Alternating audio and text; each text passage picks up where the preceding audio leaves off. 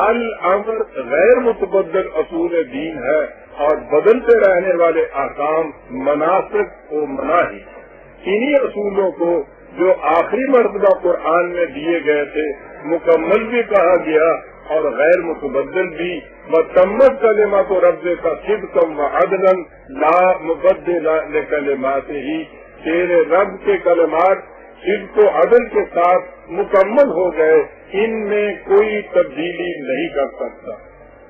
انہیں قرآن کریم نے مکمل کر دیا اور قرآن کی حفاظت کا ذمہ خود خدا نے لے لیا۔ اس کے بعد وحی کا سلسلہ ختم کر دیا گیا، بعد نبوت ہمیشہ کے لیے بند ہو گیا۔ قرآن کریم کا یہ حصہ دین کے اصولوں سے متعلق ہے۔ پانی کا سکتا ہے جہاں تک ان احکام کا تعلق ہے جو اس میں مذکور ہیں وہ بھی کم و بیش اصولی نوعیت کے ہیں، لیکن یہ ظاہر ہے کہ ہر حکم خاص شرائط سے مشروط ہوتا ہے اور اسے خاص حالات کے تحت نافذ کیا جاتا ہے۔ واقعی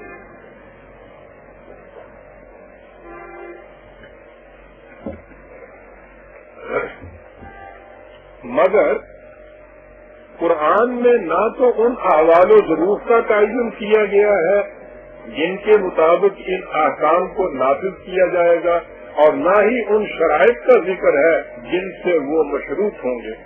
مثلا اس میں سرقہ یعنی چوری کو قابل سزا جرم قرار دیا گیا ہے، لیکن سرقہ کی تعریف یعنی ڈیفینیشن خود متعین نہیں۔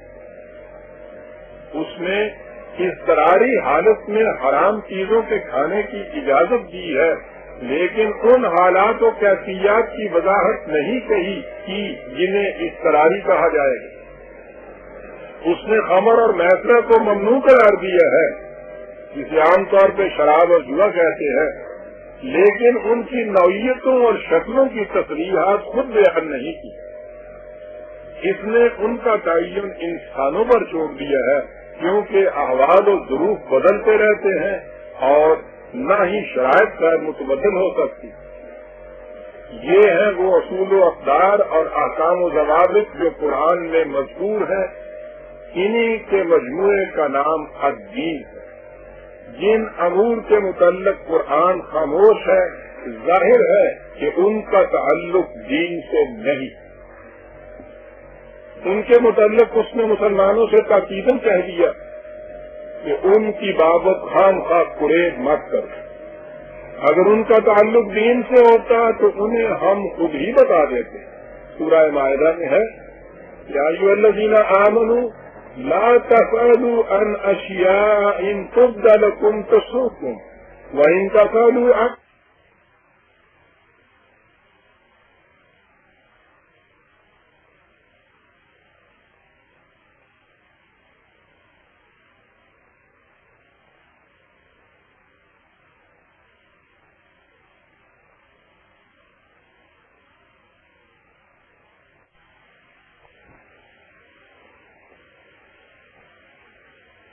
عن اشیاء من غیر نسیان فلا تبحثوا عنها۔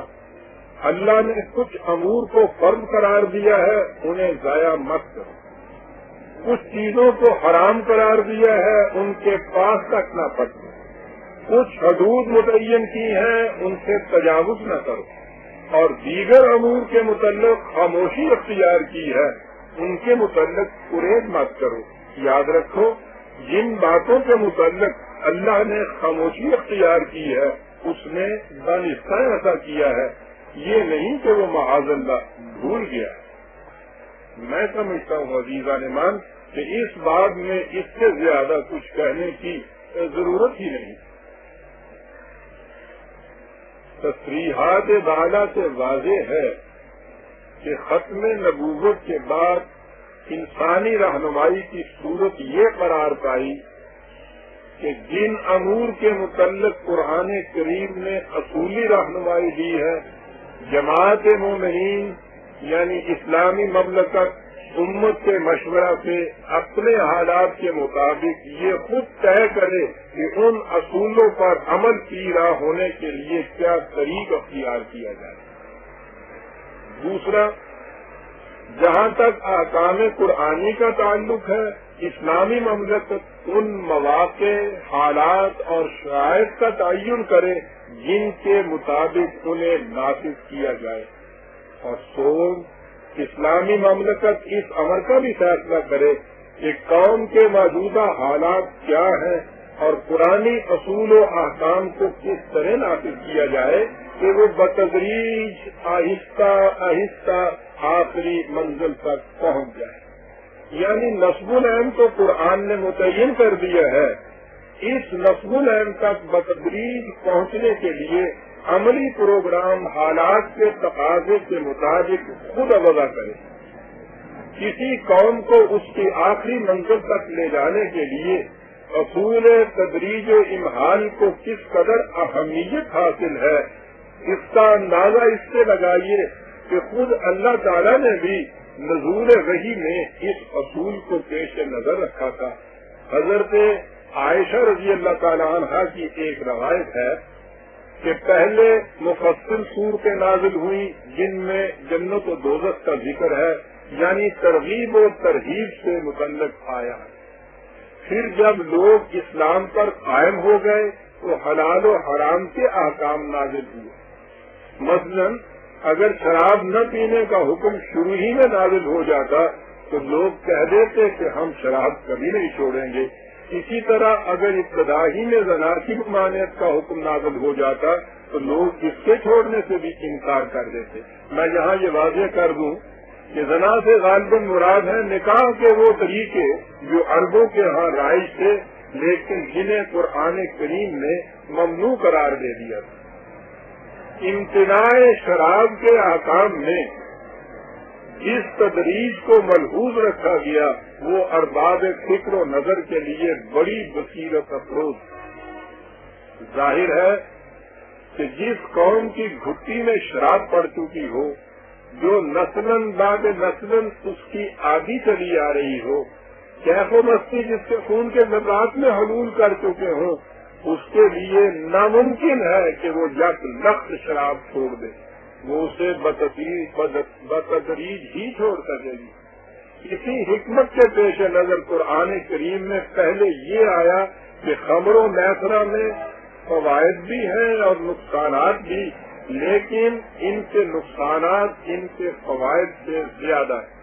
پھر یہ کہا گیا کہ لا تقربوا الصلاۃ وانتم سکارى، تم نشہ کی حالت میں اجتماع کے صلاۃ میں شریک نہ ہوا کرو، اور اس کے بعد تیسری منزل میں اس کی قطعی ممانعت کی گئی۔ یہ ممانعت مدینے میں آ کر ہوئی۔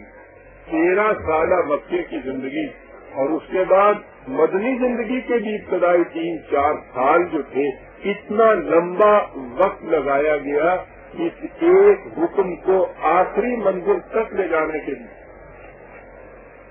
اسی طرح قرآن کریم کے دیگر احکام پر نگاہ ڈالیے، نظر آ جائے گا کہ اس نے اپنی اولین مخاطب قوم کی معاشرتی اور تمدنی سطح اور ذہنی اور نفسیاتی کیفیات کو سامنے رکھ کر ان احکام کو اس طرح بتدریج نازل کیا کہ وہ قوم 23 سال کے عرصے میں اس پروگرام کے نقطۂ اولین سے آہستہ آہستہ آخری منزل تک لے جائی گئی۔ جن سطح بھی نگاہوں کے سامنے یہ بنیادی حقیقت نہیں، انہیں قرآنی احکام میں جا بجا تضاد نظر آئے گا، حالانکہ قرآن کریم نے اپنے من جانب اللہ ہونے کی دلیل یہ دی ہے کہ وَلَوْ كَانَ مِنْ عِنْدِ غَيْرِ اللَّهِ لَوَجَدُوا فِيهِ اخْتِلَافًا كَثِيرًا، اگر یہ اللہ کے سوا کسی اور کی طرف سے ہوتا تو اس میں تم بہت سے اختلاف پاتے۔